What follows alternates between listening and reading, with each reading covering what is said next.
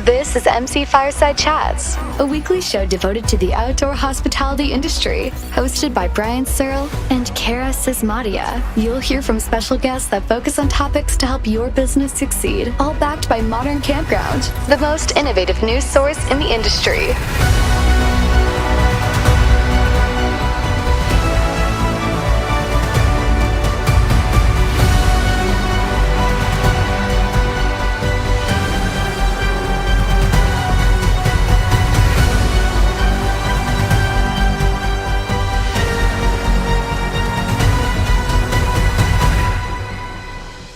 Welcome everybody to another episode of MC Fireside Chats. My name is Brian Searle with Insider Perks here as always. Sometimes, maybe, hopefully she'll be here the whole time. My co-host, Kara Sismadia from the Canadian Camping and RV Council. Super excited to have her input as always.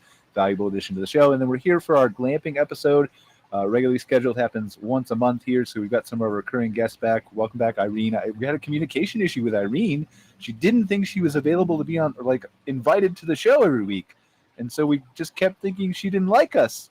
But the truth was that she did, and she thought we didn't like her enough. So we're glad to have Irene back as a recurring guest. We've got Zach here from Clockwork. We've got Connor from the Glamping Association. We are missing David Smith today. He's traveling, so hopefully he'll be back with us next month. So guys, before we get started, I want to thank I always forget to do this, our sponsor for this episode, which is Horizon Outdoor Hospitality. I have a graphic somewhere for them that I'll pull up here. Horizon Outdoor Hospitality, Campground Management, RV Park Management. Just really great group of people to work with. Scott Foos is the CEO. He's a regular recurring guest in week one.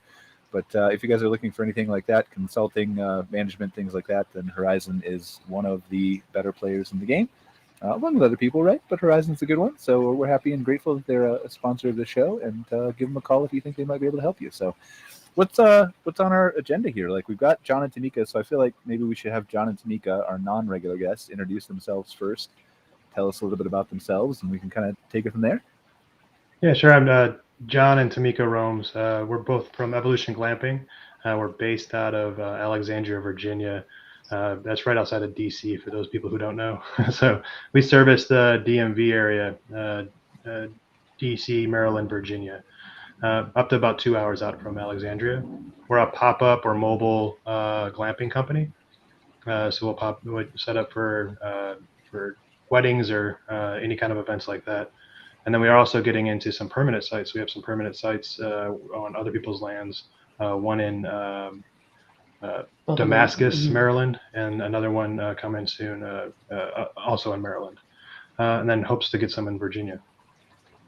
So how did you guys, just briefly tell us, and we'll talk about this as we go throughout the show, right? But how did you guys get into this glamping industry? How did you start? So we actually, I'm retired Army, and Tameika is also, she's reserve. And we had this thing called forced camping for our entire careers, where we had to go sleep on the grounds outside. And we liked the outside, but we realized that sleeping on the ground is overrated. So we decided to help people get outside, and we wanted to do that. And we were like, how do we get more people outside? We found glamping, and it really just started merging together. So it was a perfect fit for us. So I don't want to put you on the spot, but I'm going to anyway. What is the difference maker, right? Why are you guys different than some of the other glamping options that you've seen? Or why, and I guess a two-part, right? Or why did you head in the direction that you currently did with Evolution Glamping? I think for us, what makes us different is that we really do focus on getting people outside in a easy and comfortable way. We set up everything for them, beds, wherever they need it. If it's in their backyard, we bring out everything and set it up. All they have to do is enjoy. And that's our primary focus, is just getting outside and reconnecting with nature and each other. Good answer. All right. That could be a whole new category of glamping too, is just forced glamping. It's a whole experiential based thing. People who have a hard time leaving the office, they have to glamp. So I like that. Actually, it's really not a bad idea. And to be clear, we don't want to force anybody to do anything, right? but when you talk about Americans and their unused vacation hours that go to waste every year, there actually was there's a policy I'm going to try to start at our company when we get the right, it's a benefit that's on the list, but I've read other companies who have created this, you have X amount of vacation time, But then in addition, as a separate benefit, you have a pool of money that you can use toward vacation every year. But the only thing you can use it toward is vacation during your vacation weeks. And so it kind of gives that extra incentive for people to actually use their vacation time. So it's an interesting thing, right? So they need gently nudged, not forced. But sometimes you deserve a vacation. You should just take it. And glamping is obviously one of the best ways to do that. So it is hilarious. We have to incentivize people to take vacation. I know. Yeah. I know. I mean, to me, like, to be fair, like some of us, like I'm insane. I like work. And so I do love vacation and getting outside and hiking and all that kind of stuff. But I also love work. So I feel like I'm on vacation when I'm working. It's very, I don't know. I'm weird. But yeah. Yeah, you're weird. I'm curious to know from John and Tameika about the decision to do the kind of focus on the model that you're using, where you're kind of mobile and able to set up, as opposed to, I know you mentioned you have some static properties now, but how or why you decided to start that way? We decided, we realized that there's a lot of people who have, land in Virginia that's just being unused.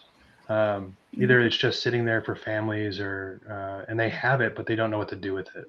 And so why not be able to just bring it to their yard and just set it up for them and then take it away where they don't have to worry about it. So that's really where it came from. We've been able to do anything from one tent in someone's backyard, here in the suburbs, or you're able to go out to a vineyard, winery vineyard, and set up 12 tents and have a huge wedding and be able to break it down too, without even worrying. So that's really what got us into it, was just the realizing how much unused land there is and what people can do with it. Mm-hmm.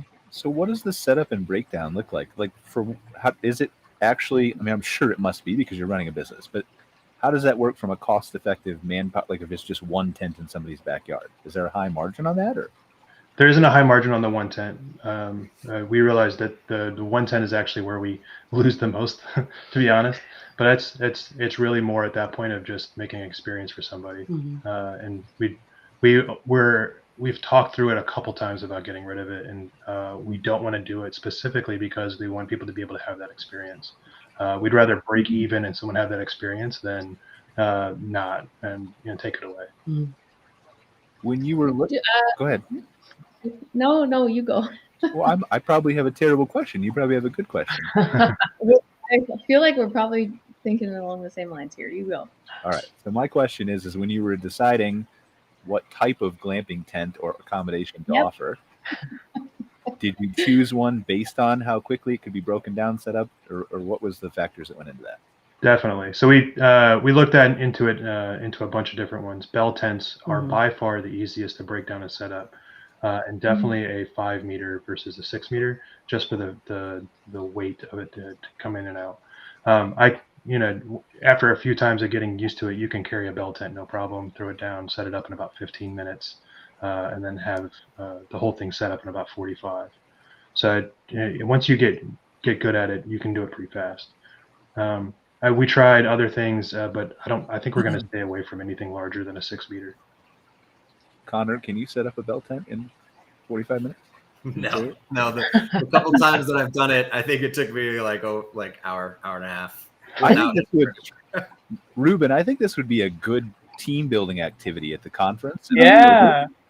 Like a relay race. In Norway where they have the wife carrying thing or whatever. Yeah. Like, we could have bell tent carrying, and then how fast can you set it up wins a prize. I actually like that. You have to go and then drink a beer and then set up a tent and then disassemble and spin around a baseball bat. Right. I suggest a lot of stretching first. Yeah, that would be a hard one to explain away. How'd you hurt yourself? Well, I entered a bell tent setting up contest, and you don't want that to happen.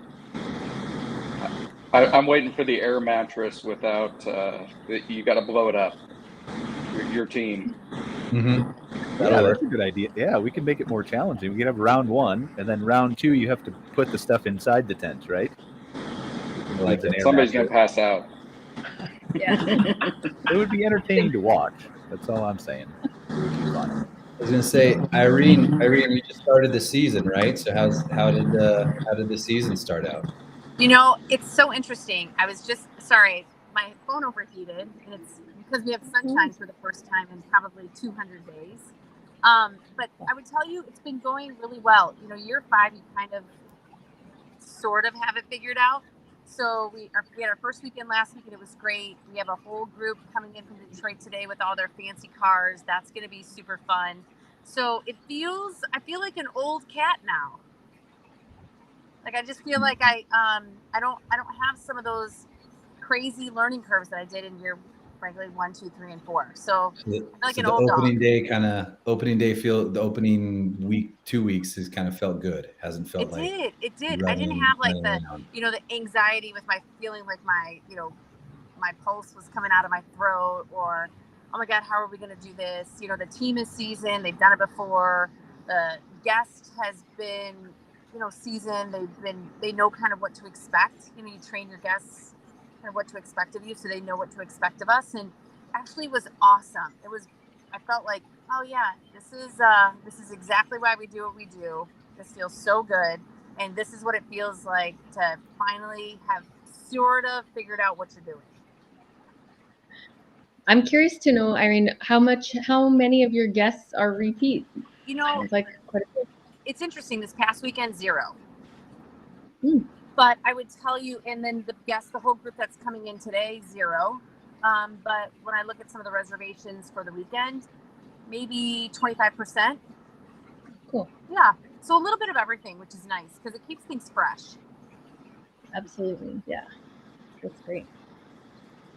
So what else is on our minds in the glamping industry here, guys? Well, I've got a question for John and Tameika. And again, I think it's just our perspective. You know, so much of what we do working with startups and with glamping owners is related to permitting and planning and zoning. Is there any sort of permit that's required for kind of a temporary setup? Is it an event permit, or as long as it is just a couple days temporary, there's really no regulation, or what have you guys kind of run into on the permitting approval side? That's why they set it up fast, man. They just run in and run out in like 45 minutes, right? Yeah. It's about right. No, so we actually, if it's one tent in a backyard, you hardly ever get someone complaining unless it's an HOA, right? But if you're doing 12, that's where the trouble comes in. So we've done a lot on farms, and farms are zoned usually non-residential, they're agricultural, so they're able to get around a lot of those rules as well. But as long as it's for a private event, in most counties, it is not a problem. What are you guys doing for bathroom solutions, and are you seeing a big demand for that? Are people paying a premium for that? How's that part go? So we, most of them, because they're on somebody's residence or a farm or something like that, there's a bathroom there on site. But we've included into our price also, if needed, bathrooms. So we can do the trailer drop-off bathrooms, and then they just pick them up a couple days. It's not bad when it's only 2 or 3 days. When it comes to more than that, that's when it gets ridiculous. So. Yeah, I think those type of add-on is kind of like the next frontier, right? I mean, 10 years ago it was all about just the tent and the land, and then as of 5 years ago, it was more of, really the amenities around it and the different add-ons that you can have within the experience. And now, as people are starting to, everybody from pop-ups to larger scale, 1 unit to 100 units, just a more turnkey, comprehensive bathroom, water, sink, shower solution that will actually be universal. There's some that are out there that are okay, but they're really expensive. And I think that's going to be an interesting, who would have thought? I know it's not the most, sexy item of all glamping, but it's something that hits everybody, right? Because everybody can be in remote locations, and it's not easy to, or cheap for certain tie-ins for utilities, and to have a little bit more of a drag and drop solution. Maybe there's quite a few, I haven't seen them, that are kind of check all the boxes, but that's something I think is the next frontier. Who would have thought, right? The biggest ask for us besides restrooms is heating and cooling. Yeah. And so that's add-on that we have is to get an air conditioner, a portable air conditioner or a heater added. And then the other one is power. And we have those solar rechargeable battery packs that can go out, which are great for a couple of days. I wouldn't want to live off of them on a permanent site, but they're perfect for the mobile site. Well, that was my other question is what do you guys encounter? What's your biggest challenge to try to address in your business right now? Really hard ground. No, I'm just kidding. It's it's just getting the word out to people of what mobile glamping or pop-up glamping really is. It's kind of unheard of, and people just go to a venue. They'll go to a winery or they'll go to a wedding venue and they'll say, "We want to do glamping. Do you know anybody?" And unless we are connected with that venue, they have no idea that it's even a thing. So we're trying to educate event planners and venues on the ability to get this. Well, what was like? I just want to interject. Do you mind if I interject really quick? I was just listening to you, and one of the things that I know just in our area, there's a lot of these visitors bureau or business centers that have ABOs, like after business hours, where you could pop one up and put an experience in.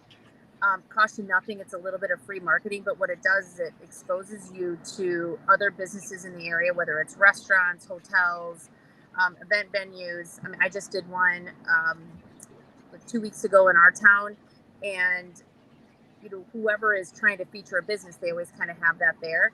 That's a really nice way of you getting in front of. Also, just showing them what revenue can look like. It's really hard, I know, as a business person, when somebody's always trying to pitch you an idea. Like, hey, listen, let's give you a, right now it's really, obviously everybody knows this, like the cold plunging or the saunas. And so we'll have somebody who has a mobile sauna or a mobile cold plunge, and they'll come over and they're like, hey, listen, do you have 5 minutes? I want to just show you this. The reality is everybody's just time crunched, and there's a pull in every direction from everybody that wants either a piece of your business or to see your business, like to say, hey, listen, can I sell you coffee? Can I sell you a mattress? You definitely need me for your whatever it is. I just think that just presenting them with an like, this is how this enhances your business. It'll cost you nothing. We'll set this up. We'll do a revenue split of 50-50. And we'll try it for 3 weeks. If it works, great. We can add more. If it doesn't, I'll pull it. No harm, no foul. Because I think that it's hard. And as you guys know, you're starting a business too. You have to make a lot of decisions pretty quickly. And sometimes something feels like a heavy lift, or it feels like it's overwhelming because it's not your core business.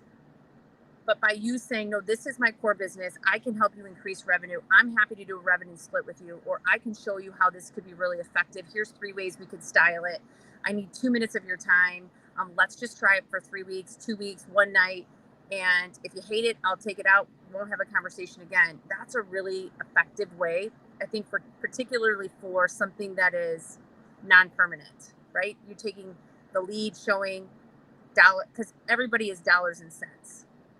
Yeah, that rev share model has really worked for our. That's exactly what we're doing for our permanent sites on someone else's land. Is that rev share, and it's been extremely great. Yeah. And then we're preferred vendors now in a couple of venues. That's really pushed us, elevated us very quickly, because they want to push us and use us every single time. So yeah, I appreciate that. What's the scalability of this? Let's say 50 venues want to have you, wedding venues. What's the ability to be able to scale? So right now we have 12 tents. We're going up to 20 by the end of the year. We don't know if we want to go any higher than that. We've talked about possibly franchising, but it just gets to the point of, either we'd have to expand our business and start hiring other people to go other places and be located so we can kind of quickly disperse them as needed, or we'd have to kind of franchise it out another way. So that's where we're stuck, as one of those two options. So you probably have some I was just going to say, you probably have some underutilized assets when you're not deploying them. Have you thought about partnering up with a rental company to say, hey, listen, midweek, if you need some interior rentals for, and I'll just think of styled shoots, I'm trying to think of some other things like corporate events, because it's, in summary, it's kind of like a rental company with the exception of the permanent ones that you guys have on the farm. So anything that's underutilized, have you looked to explore other ways to deploy the asset? No, that's really smart. We can definitely look at partnering with a rental company, because there's always someone that looks. We actually rent out just a tent or just some things as well. So partnering with a rental company to say, hey, if you need this or that or the other, kind of give them an inventory sheet of what we have, because it's a lot. Yeah. And I think that's like the secret there too, because that's for permanent or temporary or pop-up, is that everybody has the Monday, Tuesday, Wednesday that everybody's battling. And some people have figured out how to plug in and utilize those days or those assets. And some it's possible to do really well and some haven't. But I feel like that is definitely just like a cheat code, right? Something that when people can actually figure that out, it goes such a long way, because no matter what, unless you're in, very limited markets, there's a level of seasonality no matter what. And so if you're already kind of, swimming up against the current no matter what because of seasonality. So then on top of that, if you can't rent 7 days out of the week, you're just losing that income. And I think permanent sites, large, medium, and small, temporary, I think that's a good point that everybody has to run up against. And some there's an easy answer and some not, but those that figure it out, man, that makes a huge difference. What I was going to suggest is actually the opposite. I would tell you to look into concerts or live music type events and functions. Again, you may only book 4 or 5 a year, 6 a year, but when you do those, you may deploy 50 tents for a 2-day, 3-day weekend, and you're going to make a much bigger cash grab. Also, that's a trend that we're seeing right now with all these live music events, and they figured out that they can make more money if they can sell an experience and not just a concert ticket. And so now you're starting to see these package deals where it's a VIP ticket, it's preferential staging areas, getting those people that are willing to pay for it closer to a stage, giving them access to an open bar for the duration of a show, and then giving them a place to crash when everything is done and over with. And again, it's going to be a lot of work in a short period of time, but rather than trying to nibble at getting 1 or 2 rentals on your off days, if you can focus on some of those bigger event functions, where you might make in 1 or 2 days what you made all month, the prior month. So that would be one of my suggestions and I don't know if there's an amphitheater or a live music venue or outdoor concert venue that's near where you guys, or if any of the venues that you're working with offer that, but that would be another suggestion. And then I would just kind of add another thing to do is there's a lot of, at the cost, you bell tents now on Walmart's website, Costco, they're showing up. One of the ways to capture some of the revenue could be through your social media following or creating online, just to get passive drop through revenue from creating it, showing how to buy it, because ultimately people will pay for it once, but would they pay for it a multitude of times? Because in the multitude of times, they likely could just buy it and keep it in their garage.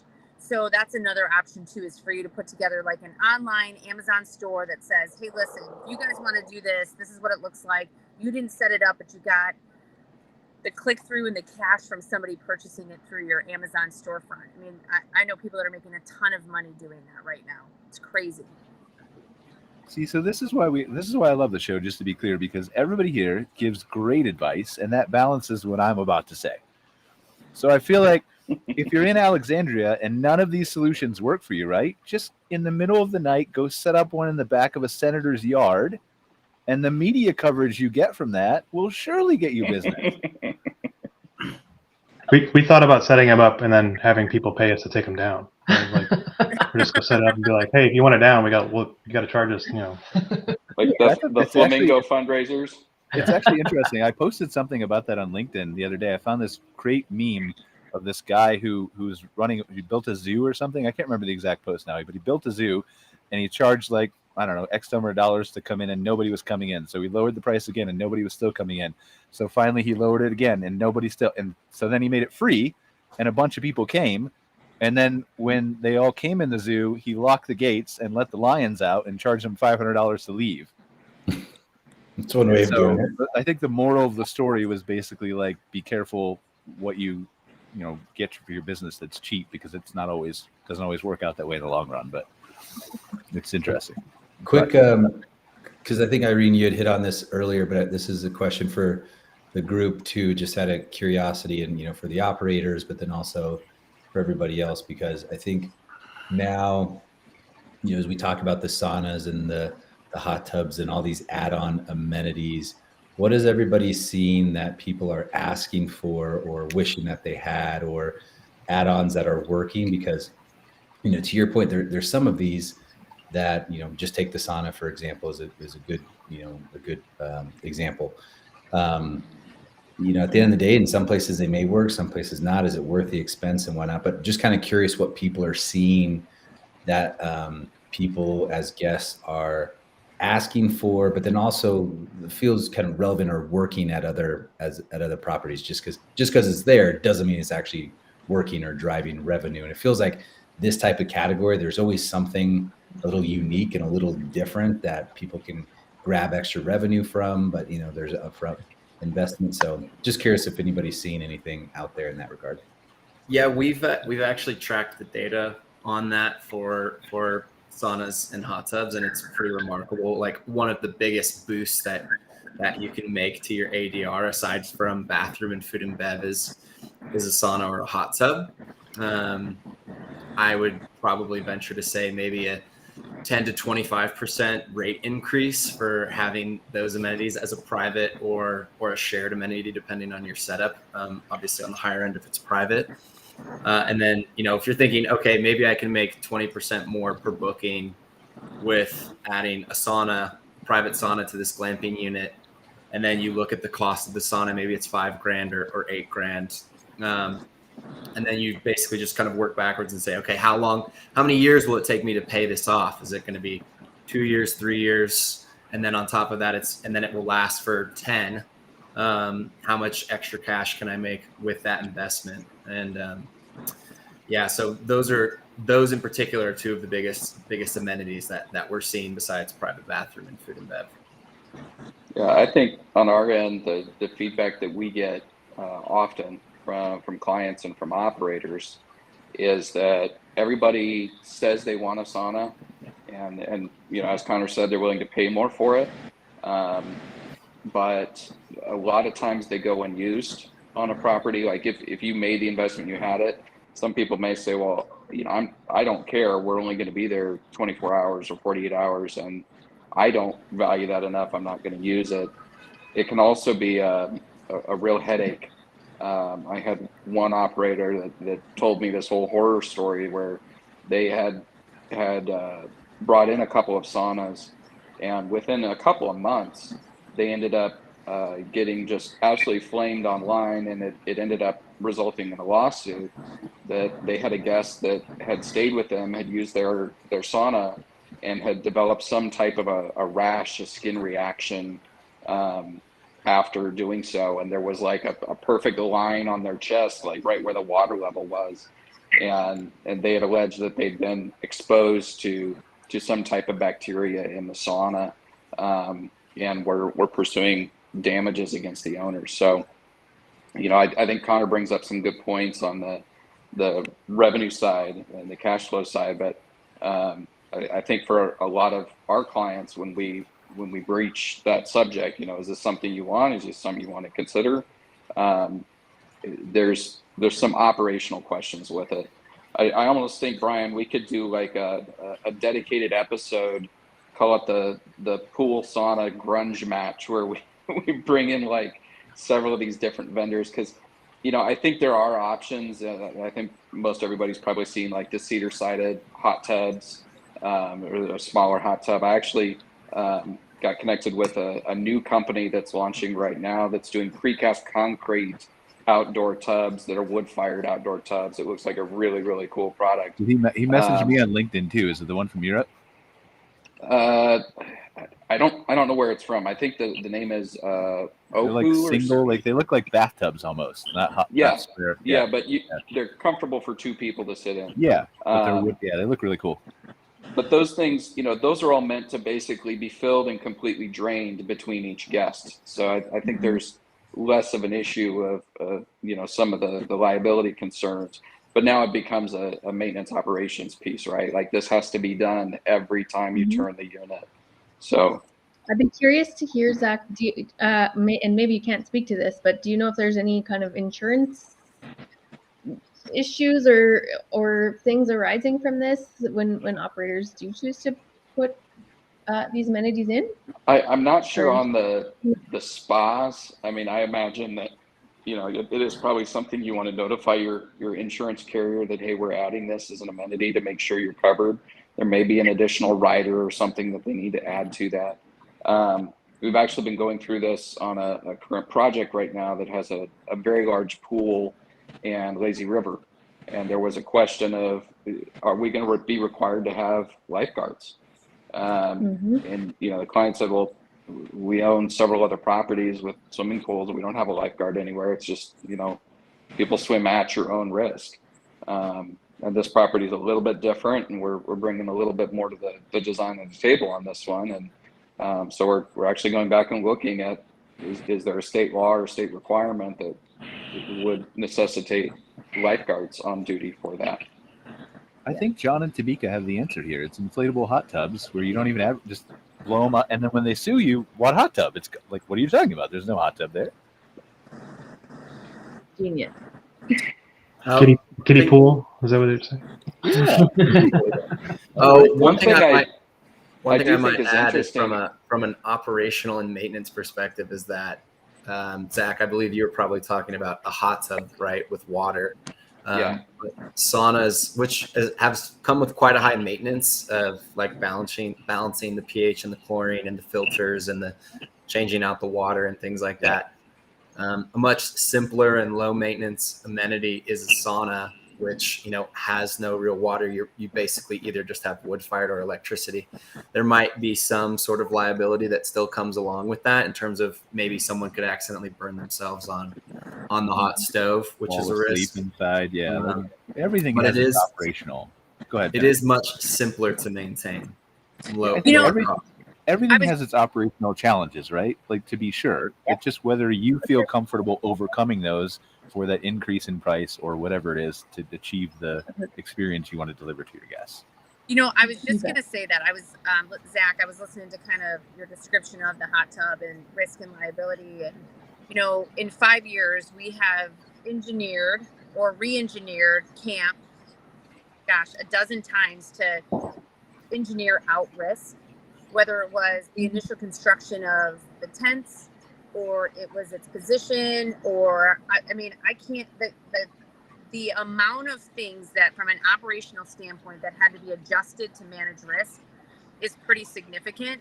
Just for anybody that really is thinking about operational insurance, I think the reality is just to be very candid with whoever is putting together your insurance. And then, if you have it where you're talking with an attorney and you're saying, hey, listen, I want to manage risk and I want to protect my investment. What is the waiver that needs to be signed? How are we ensuring if something does happen? All of those things that just come with it. We think about thunderstorms and lightning strikes and, being bit by something that could cause it, or being burnt by a campfire. All of the things, I kind of tease everybody. It is one of the hardest things I've ever had to run, because there are so many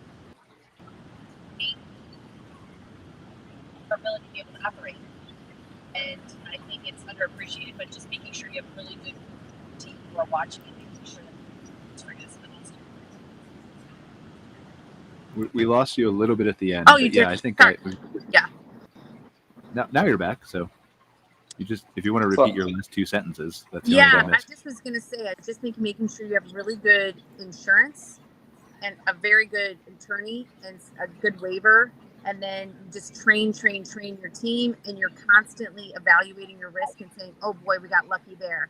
Let's re-engineer that part. Oh, we got lucky here. Let's re-engineer this part. Just being very, I always say, if I wouldn't put my mom in it, if I wouldn't put my dad in it or a kid in it, we probably shouldn't be doing it. So, that's just the reality of an outdoor business. Yeah, this So is I'm why curious. I own a marketing agency. I'm too scared to own a glamping or it terrifies me.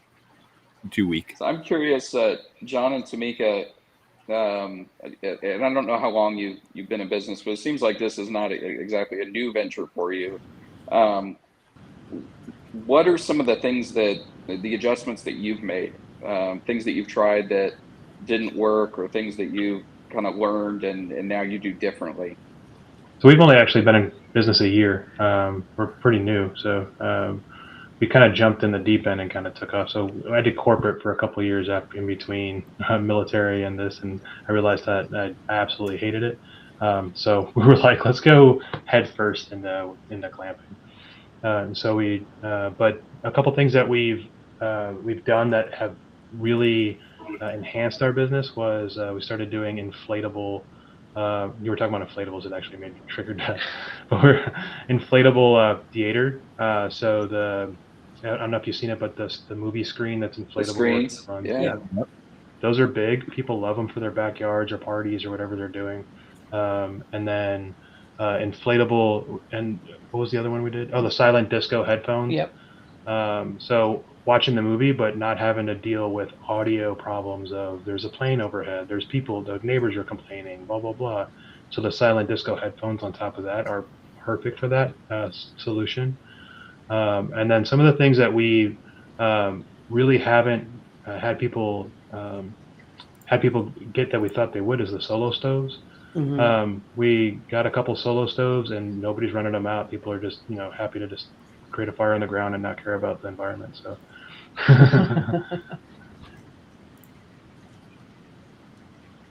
All right. Well, if everybody's going to be quiet, I mean, what else is going on? There's got to be something you guys have come across in architecture, or consulting, or reporting, or data analytics. The season's starting. What are you hearing, Ruben, from everybody who's starting their season here? How's it going? What's the mood? Yeah, I think it's interesting. This year's an interesting dynamic because you kind of take the last few years in chunks. Like the last 2 years had a very interesting, very specific vibe.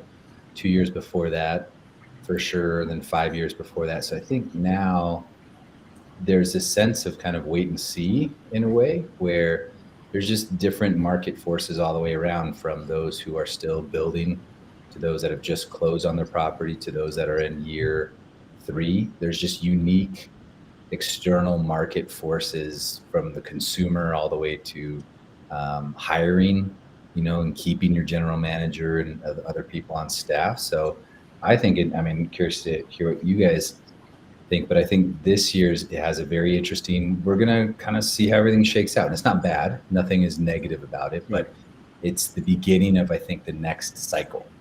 Right? Do you feel like it's impacting manufacturers too? Because I've talked to a couple people who have said their cabins, glamping tents, whatever, orders are way down over 2020, which is a little bit expected because 2022 was crazy.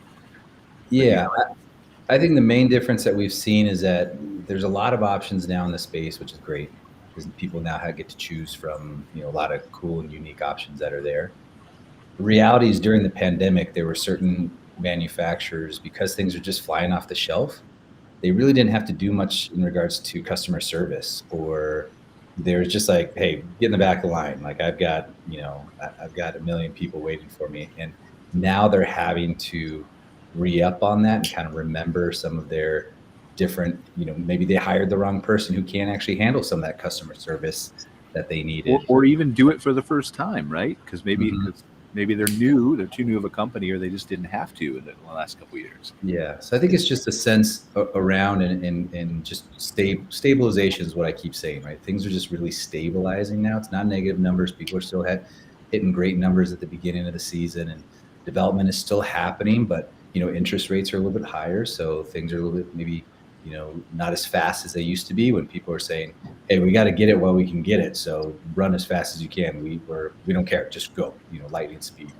So I think it's just now the year one of, if there was going to be a era that we can create some kind of code name, like the year of the whatever. And I think this will kind of set what the next 2 to 3 years kind of looks like in my mind. And again, been wrong before, will be wrong again. But that's the sense that I get, is that we're going to have to do a quick check, in September. And I think we're going to have a lot more information in September, where before it just had a completely different vibe. So I don't know what you guys are seeing, but yeah. Yeah, we're seeing something similar. I like the analogy. I kind of feel like, the glamping industry is sort of growing up, right? And we had this really exciting breakneck childhood where everything was new and exciting and fun and adventurous, and there's all this energy. And I kind of feel like we're sort of in our awkward teenage years now. Like, things are starting to mature a little bit, get more stabilized. Some of the vendor pieces that you mentioned, I think vendors that moved quick and made a lot of money during those sort of glory days, heydays, now they're figuring out, this is starting to stabilize a little bit, and we do need to innovate. We do need to introduce new things. We need to, keep evolving our company, because there's just not 100 orders lined up anymore. The interest rates certainly we're seeing, are hurting new projects. I've had, feedback that loans to do a new glamping resort have been anywhere as high as 8 to 10% in some instances. And especially for small operators, the institutional capital guys that are rolling out 50, 60, 80 units, they don't like a 10% interest rate, but it's not going to stop them from doing a project. Where we're seeing that pinch is going to be in smaller operators, couples, husband, wife, family land that they want to do something with. And that's why I think some of these models, like what John and Tameika are doing, are really interesting as a way to kind of evolve this industry when some of those challenges of traditional development are starting to come up. High interest rates, not having access to cash or capital to launch immediately, not being able to get, friends and family, angel investors. I mean, everybody's waiting and seeing what's going to happen over the next 2 years. So I think a lot of people are being a lot more conservative with their investments and their money. So I think, I agree with Ruben and what he said, that it's not going anywhere, but it's starting to change. And like I said, I think we're starting to grow up and finding our way through our awkward teenage years right now. I second or third the motion. One of the things that from an operator that I see is that, there are, just like you said, and Ruben, you probably know the percentage, but the percentage of those that have multiple sites, and then or we would consider kind of national brands, and then the percentage of them that are mom and pops, that they're just 1 and 2 owner operated. Maybe they have 1, maybe they have 2, but they're actually operating it. Some of the challenges, and I'll just kind of state, for anybody that might be listening or kind of thinking about some of the same things that I think about, but, so when I opened 5 years ago, nothing was near us. Then we had 2 national brands, 1 national brand open, 2 owner operated open, and then a second national brand looking to open within a 15-mile radius. It is really hard as an owner operator to compete with national brands, right? They can pay for those spots. But in my view, some of the national brands, I feel like have shifted from the term maybe glamping, and they're a little bit more resorts or hotels that just have accommodations or, high price keys. If you're looking at containers or you're looking at Airstreams, the seasons can go much longer. The barrier to entry is much higher. It makes for those that are owner operated with not those sort of capital, not the capital to do some of those projects, it becomes very hard and competitive. So naturally they just get swallowed up and close. I mean, one of them, two of them are already for sale. So, you know, that's hard to watch. It makes me feel sad a little bit, but I understand that that's just how the world works. You know, one of the things that I think about, I sit on the planning commission for the township that I sit in, is, all right, what's going to happen with somebody that's developed, put septic and water to 20 different sites, 30 different sites. They've closed or shuttered because a national brand has come in and, you know, they're able to pay for all of this. What are they able to do? Can they convert this over to tiny home PUDs?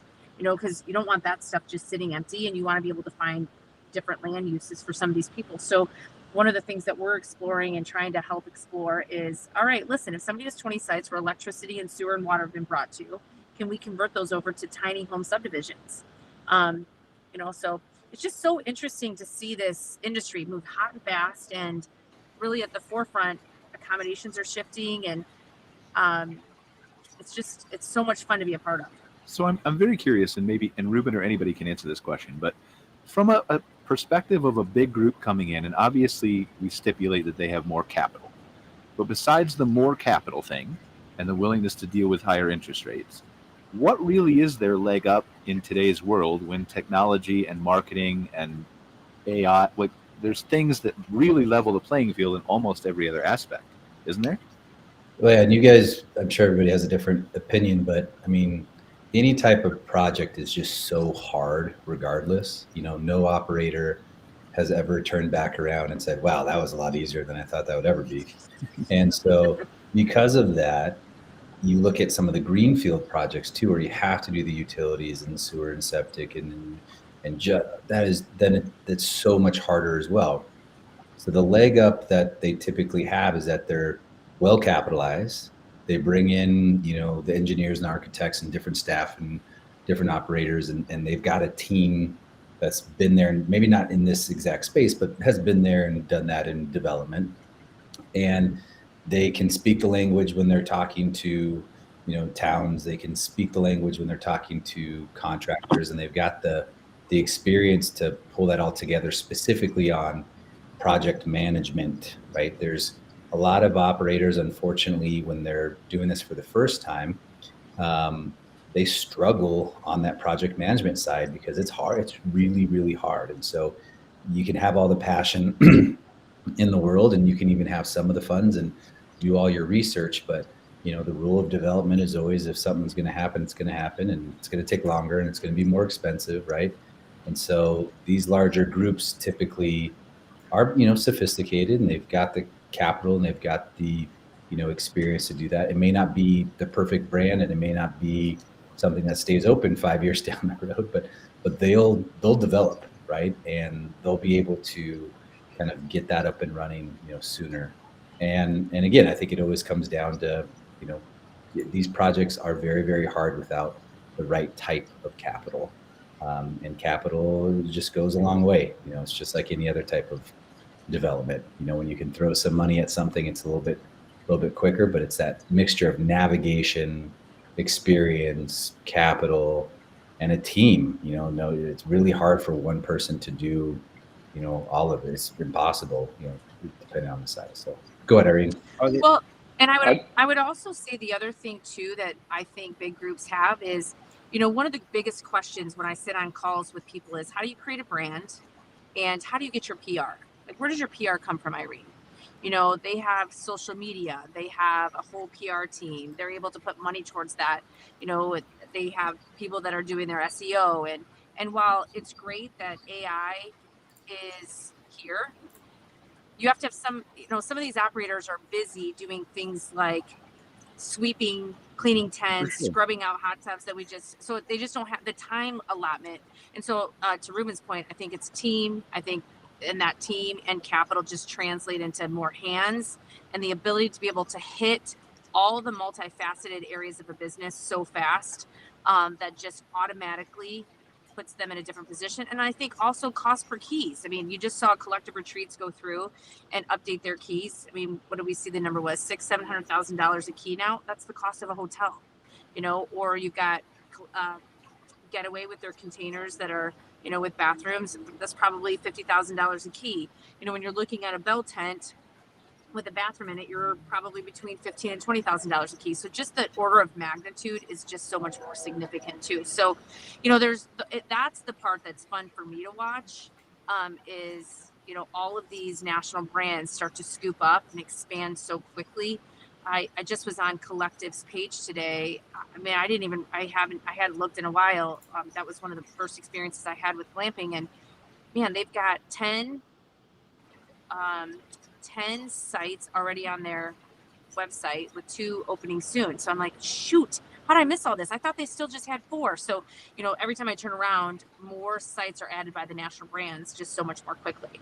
But isn't there a place where, like, I can expand my team with external people, like a marketing agency or an architect or a data consulting company, or lean on an association? No, that's what I was going to say. You know, I think that the difference between a mom and pop operator and some of these established brands backed by, you know, large institutional capital organizations, I mean, I agree with all those things that were said, but I think the thing that's missing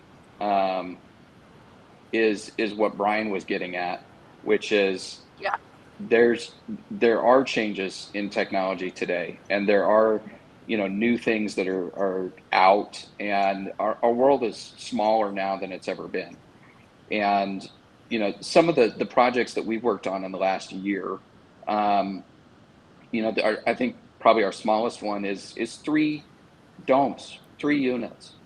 And I think a lot of times the independent operators are under the impression that, oh, I can't do that. I can't afford that. That's too expensive. I don't have a team. And so they try to do everything themselves. They try to shoulder it all instead of reaching out and working with those professionals that do that. You know, I think I've never had a client that we've worked with come back at the end and go, you know, I think I paid my architect too much money. I mean, one of our projects this week, or just this last week, we had a question that came up, a potential change order during construction that was a $16,000 change order. And we were able to look at it and within 24 hours figure out a solution that we got back to the contractor, and it ended up being a $6,000 change order. So we saved our client 10 grand in 24 hours just by addressing one issue that came up during construction. And I think, you know, a lot of folks don't realize that you're going to need an architect. You're going to need a marketing branding agency consultant. If you're financing the project, you have to have a market analysis and a feasibility study. And there's people that are out there that this is what we do, and we're willing to help you. And I think, you know, most people kind of are the people that are not taking advantage of it, I feel like, are self-defeating, that they're the ones saying, oh, I can't afford it. You know, I don't have the money for that. Not realizing that to do all that and hire, you know, professionals that can help you get across that finish line, it's going to cost less than you're going to spend to build even one glamping unit. And well, and so, I think you're hitting the nail on the head, right? Is the we're willing to help you, and that doesn't always mean only if you pay us. No, like Ruben will help you. Like, I'll sit on the phone and talk to people. Like, yeah. I'm sure Connor will give some. Like, maybe you hire us, maybe you don't, but we're going to talk to you. You're going to come away with something that will make your life easier. Well, 3 to 4 times a week, I spend an hour on the phone with somebody that maybe needs me, maybe doesn't need me, but I can be there to answer questions. And, you know, sometimes, you know, I get a call 6 months later that says, hey, you know, we talked a while back, we finally got land, we're finally ready to move forward. Sometimes I never hear from them again, but I kind of chalk it up and say, you know, it's my investment in the industry that we're involved in. Yep. If I'm able to help that person, it's helping the industry as a whole. So even if I don't, you know, immediately get a job or work out of it, it's still something, you know, good that I can do. And I think in general, this industry in particular is especially good about trying to help people get started and get into it. So I think that's the difference between independent operators and the institutional capital. I think it's more of a mindset. you know, those folks have done it enough times. They know what it takes to scale to 10 locations in 3 years. They know they can't do it all themselves. They're not going to try to do it all themselves. And, you know, they're used to that model, where I think a lot of people that are looking at a startup or looking to do something on their own, you know, when they hear a number like $30,000 or $50,000 to hire professionals and consultants to help you get your project approved and help it get designed and help it get financed, that seems overwhelming, right? And I mean, we've had a lot of success in this industry, but I'm not, you know, at a wealth point where $50,000 wouldn't put a big dent in my budget. You know, that is a lot of money, but putting that in context of, you know, just as we mentioned earlier, some of these units costing $60, $80, $100,000. You know, how important is it to hire the right folks and work with the right folks, and to spend less than you're going to spend on even one unit? And to that, and I've said this a few times before, but I think it's a nice, as we're getting kind of the top of the hour here, but you know, as we ask the question around and just kind of piggybacking off what everybody's saying here, what we're seeing now in the space for the first time, literally 2 years ago, we weren't seeing this as much, but now there's that recognition. And again, as people are getting outside help, buying better products and getting the right materials and doing things, you know, above grade, doing what they really need to be doing at the right time, right? So not just doing it for the sake of doing it, or hiring for the sake of hiring somebody, or spending money for the sake of spending money. There's definitely this vibe, and I've said it before here, is that, you know, we collectively as an industry, we're still too poor to do things cheaply, right? We're still too poor to buy cheap, right? Because eventually we're going to pay for it. And now, because of those cycles, people are now understanding, okay, I went quick and dirty and cheap, and now I'm paying for it now. Now I've got to go back, and I've kind of learned my lessons, and now that's bleeding into how other people are purchasing. So that would definitely be another thing that I'm seeing more and more of, is a willingness of people to say, how do I do it the right way? You know, so that I don't pay for it down the road, where earlier people didn't give, you know, two craps. They'd just be like, I'm gonna throw it up, see what happens, and I don't really care, right? And so, you know, the just that phrase of us being really kind of too poor to buy cheap is, whether you have the cash or not, it's still just kind of an industry mindset, right? We're not hotels, we're not other types of hospitality, so we got to do it the right way. All right. Well, and I think. Go ahead, please. Sorry, I was just going to say a few minutes. I think Irene hit on something really powerful earlier, and Ruben just kind of reiterated that too. You know, successful glamping resorts are not about accommodations. It's not about a place to stay. If that's all it is, then yes, these institutional groups are always going to be able to offer more at a lower price point. The way that you set yourself apart, the way that you differentiate, is that you're offering an experience, a hosted guest experience. So all these other things that we talked about, whether it's hot tubs or you know, partnerships with other groups or venues around, whether it's, you know, offering something that's part of a bigger experience like a wedding. I think that's still going to be the differentiator in the industry. For me, that's the one thing that does set apart, you know, a owner operator that is managing and running their own resort, hosting their own guests, you know, they themselves personally, versus some of these institutional groups that, you know, you book online, you get a text message with your door code, and you never interface with anybody the entire time you're there. All right. Any final thoughts here we've got in the last minute from anybody who wants to wrap up? John and Tameika, anything? Parting words? Yeah, I mean, you guys talked about you know, not being able to, you know, tap into the you know, the capital and all that, but the real thing that's really helped us was we're part of a network of other mobile and pop-up companies, smaller, throughout the entire country. We have forums and we have calls about once every other month, and that has really been able to answer a lot of the questions that we would have no idea how to answer. And it's 100% about being able to help the people that, you know, they're not even part of our, you know, competition. They're way on the other side of the world. You know, Seattle is the other side of the world to us. So it doesn't matter, and we're happy to help and answer questions and all that.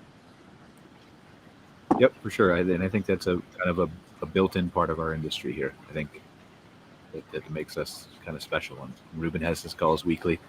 Well, that was canceled today, right, Ruben? We got to have it again. I'm missing it. Next week. My weekly fix. All right. Thank you, guys. I appreciate you joining us. Another episode of MC Fireside Chats. And we'll let everybody go. We want to thank our sponsor one more time, Horizon Outdoor Hospitality. If you're looking for RV park campground management, they're one of the best companies in the field. So get a hold of them. Maybe they can help you with your needs. Other than that, thank you, John and Tameika. Appreciate you joining us, sharing a little bit about Evolution Glamping. As always, to our recurring guests, Zach, Irene, Connor, Ruben, Kara. Made it through the whole show. So proud of you, Kara.